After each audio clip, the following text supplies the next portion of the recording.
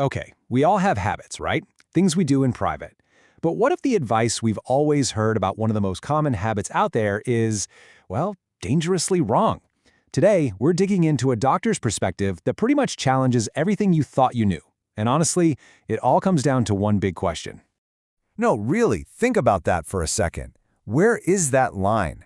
When does something you do by yourself start to have real, noticeable effects on the world around you? The doctor we're looking at today argues that for the specific habit, that line is so blurry it might as well not even be there. And this gets us right to the heart of the argument from our source, Dr. Imran Khan. He says that all the standard advice, it's healthy as long as it's not excessive, is totally useless. Why? Because that one little word, excessive, is a trap.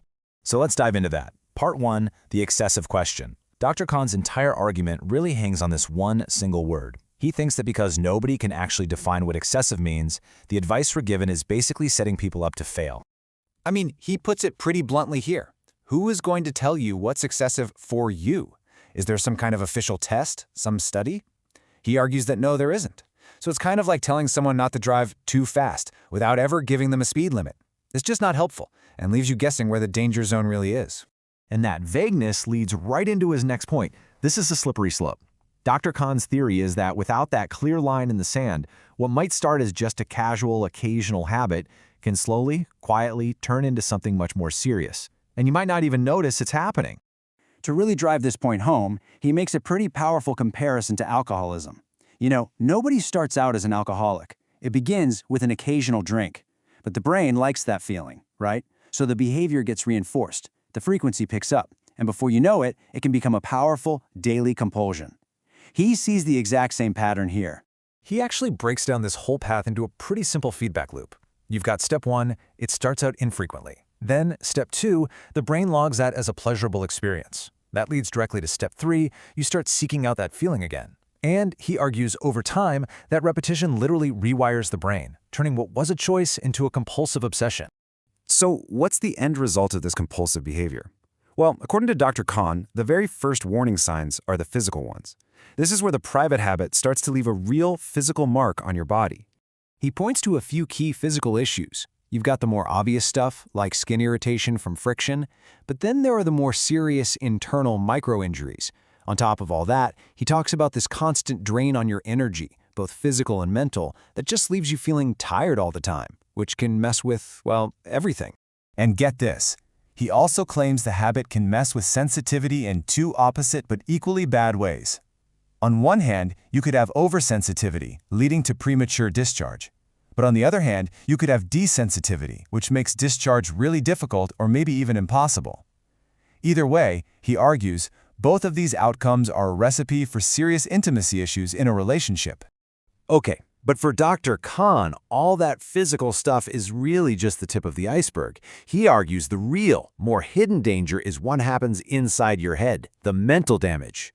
He calls this state obsession, and his analogy for it is perfect.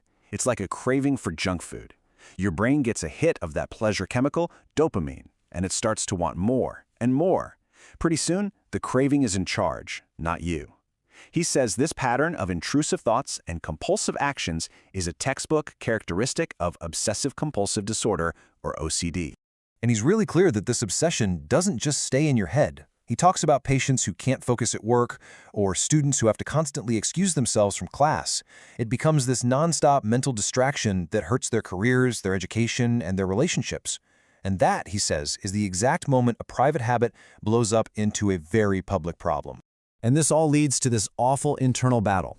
The person knows what they're doing is hurting them, but they feel like they just can't stop. According to Dr. Khan, that feeling of being powerless is what creates this really intense cycle of guilt and shame, which can spiral right into clinical depression. So when you put it all together, the physical problems, the mental obsession, the emotional toll, you get what he calls a self-destructive cycle. This quote pretty much sums up his entire argument. It's a vicious cycle. It starts in the mind with obsession, and it leads to all these other consequences. But here's the kicker. Those consequences then feed right back into the original obsession, creating a loop that just gets stronger and stronger. You can see exactly how this spiral works, right? The mental fatigue makes your physical health worse. The physical problems and relationship struggles create even more stress and anxiety. It all feeds on itself, creating this downward spiral that he claims can really damage every single part of a person's life. So what's his solution? What's the big takeaway? It's all about prevention. He argues that instead of trying to fight your way out of this cycle once you're already stuck in it, the smartest, wisest thing to do is to just recognize the danger from the start and not let the habit get out of control in the first place. So the final thought here from Dr. Kahn's point of view is this. This isn't about being a bad person or having a moral failing. He frames it as a totally preventable cycle of brain chemistry and habit. It's a perspective that says once you understand how this feedback loop works, you can choose to avoid it altogether. It's for sure a controversial take, but it's one that completely reframes the whole conversation.